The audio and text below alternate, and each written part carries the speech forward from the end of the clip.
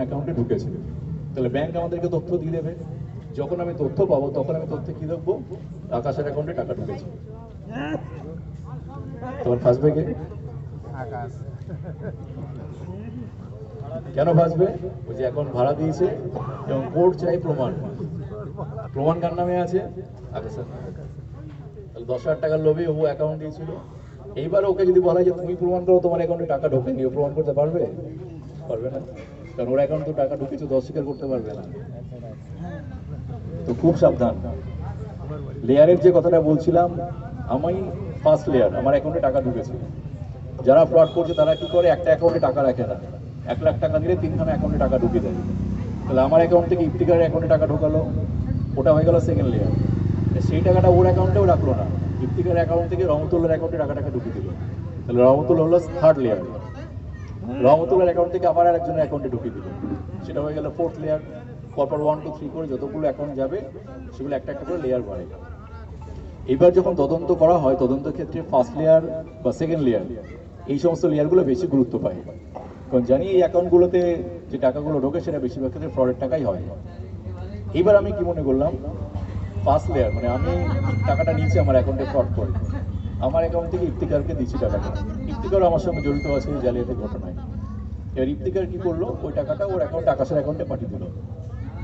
আকাশ কিছু জানে না, ও একজন সাধারণ ব্যবসায়ী। ইফতিকার কি করলো, ও ফ্রড করছে, আমিও ফ্রড করছি।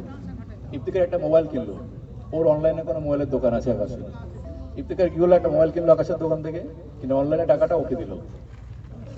কিন্তু যে টাকা দিয়ে মোবাইলটা কিনেছে সেই টাকাটা ফ্রডের টাকা।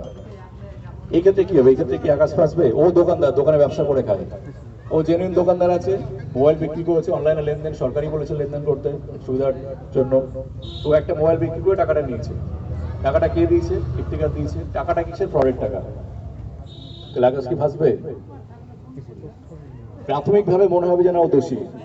এইবার আকাশকে কি করতে হবে, যদি কোনো জায়গা থেকে আকাশের নামে নোটিশ আসে, কেস হয়েছে, ইফতিকারের নামে নোটিশ গেছে, আমার নামে নোটিশ এসেছে, আমরা গেছি এবং আমরা অ্যারেস্ট হয়েছি, জেল খাটছি, এবার ওকেও নোটিশ পাঠিয়েছে।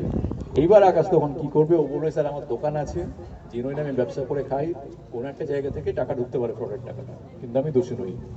যারা তদন্ত করবে তারা দেখবে না, ওর সমস্ত তথ্য, ওর যদি ট্রেড লাইসেন্স থাকে ট্রেড লাইসেন্সের সমস্ত কিছু যাবতীয় তথ্য, ও যে মোবাইল বিক্রি করেছে সব কিছু যদি জেনুইন থাকে তাহলে কিন্তু ও সেফ থাকবে।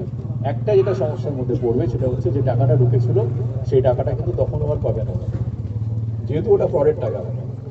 তো সেহেতু যখন অনলাইনে লেনদেন করবেন, লেনদেন করার সময় খুব সাবধান। একদম অপরিচিত হঠাৎ করে কোনো একটা জায়গা থেকে কেউ এসে আপনাকে অনলাইনে টাকা দিয়ে দিল, মালপত্র নিয়ে নিল, সেগুলো নিয়ে একটু সাবধান থাকবেন। কোথা থেকে কে কি করছে কেউ জানে না। আর ফ্রডের টাকা যদি আপনার অ্যাকাউন্টে ঢোকে তাহলে কিন্তু কিছুটা হ্যারেস আপনাকে হতে পারে।